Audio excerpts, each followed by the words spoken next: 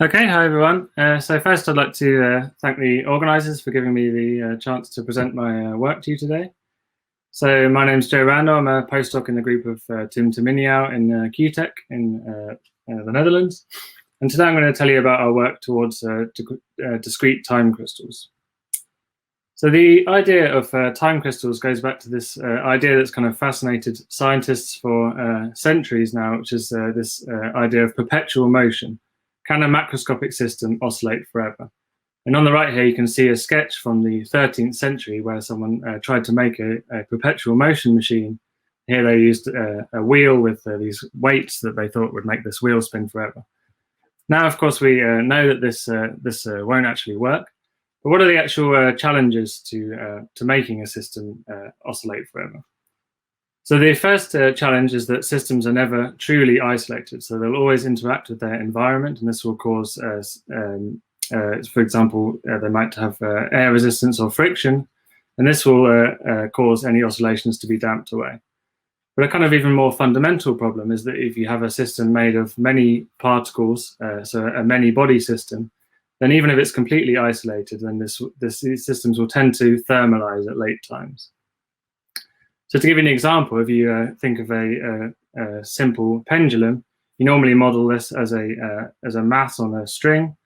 And in this case, if it's completely isolated, it will oscillate forever. But a real pendulum will be made of many atoms, and these atoms can also move relative to each other. And if you model it in this way, then you'll see that the oscillation that was originally in this kind of fundamental mode will spread into these other modes and cause the atoms to move relative to each other, and this will cause the kind of oscillation to damp away. And this is even in the case that the system's completely isolated. So this led Frank Wilczek in 2012 to ask this question: can you get time translational symmetry breaking, in other words, oscillations forever, in a quantum many-body system? And he dubbed this the quantum time crystal. So actually, a couple of years later, it was shown in a no-go theorem that you can't actually get quantum time crystals for time-independent Hamiltonians. So this was kind of, they thought this was the end of the idea of having time crystals. But actually, around the same time, it was shown that if you have a time-dependent Hamiltonian that's periodic, so it has a discrete time translational symmetry, then you can get a discrete version of a time crystal that breaks this discrete time translational symmetry.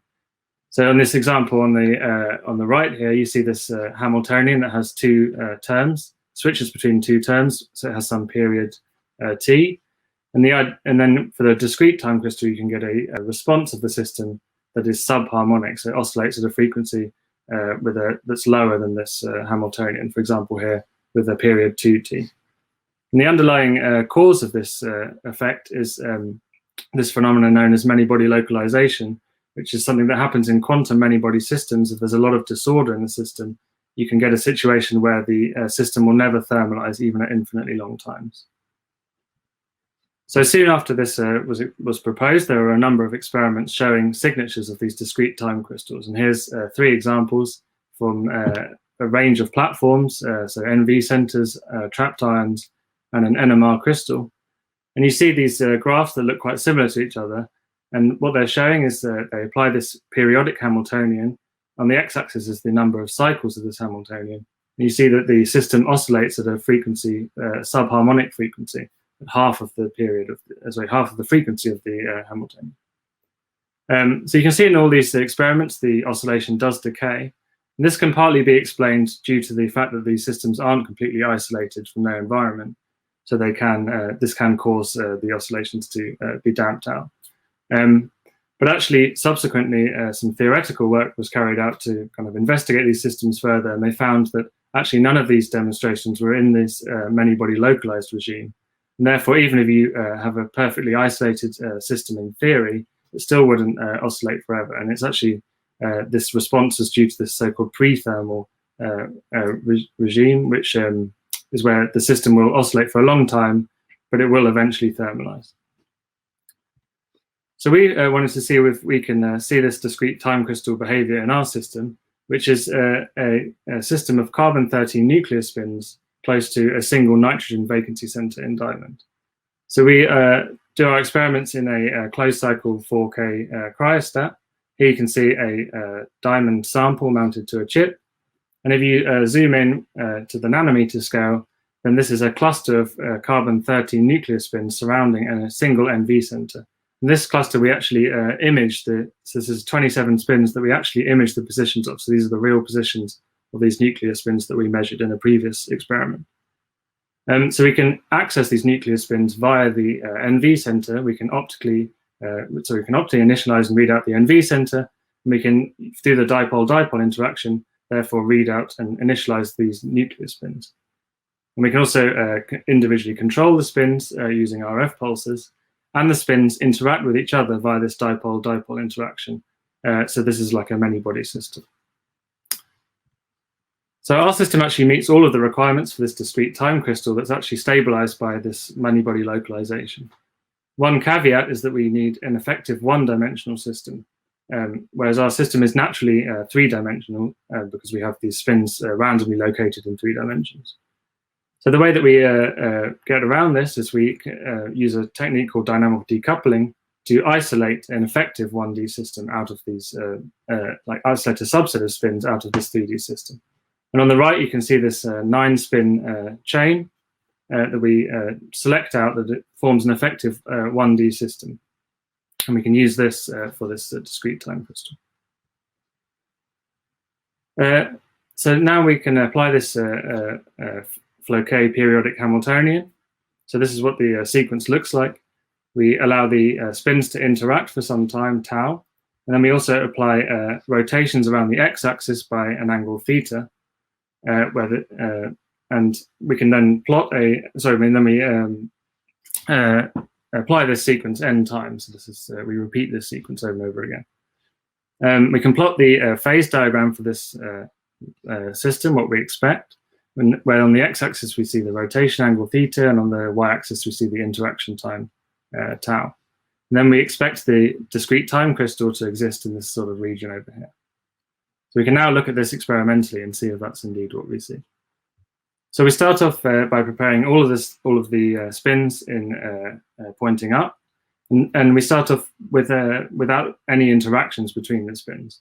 So we're just applying pulses to the spins.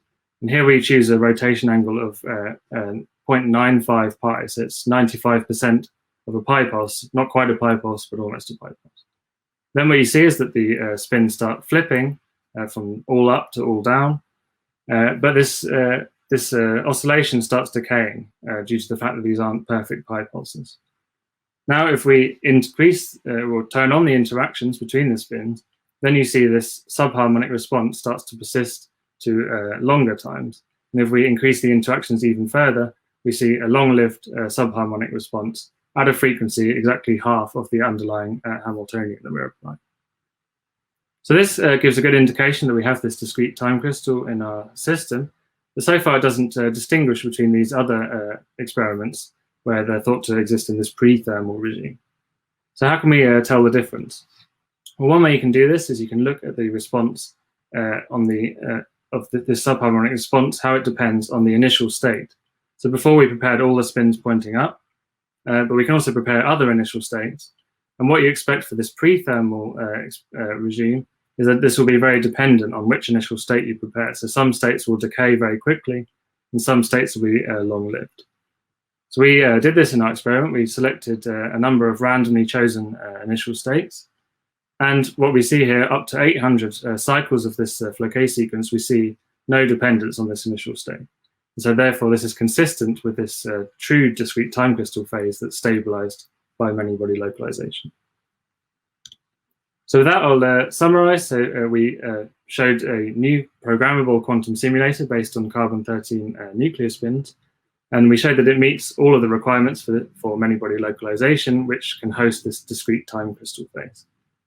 We showed that it exhibits this long-lived subharmonic response, and that this response has no dependence on the initial state, which is consistent with this many-body localized discrete time crystal.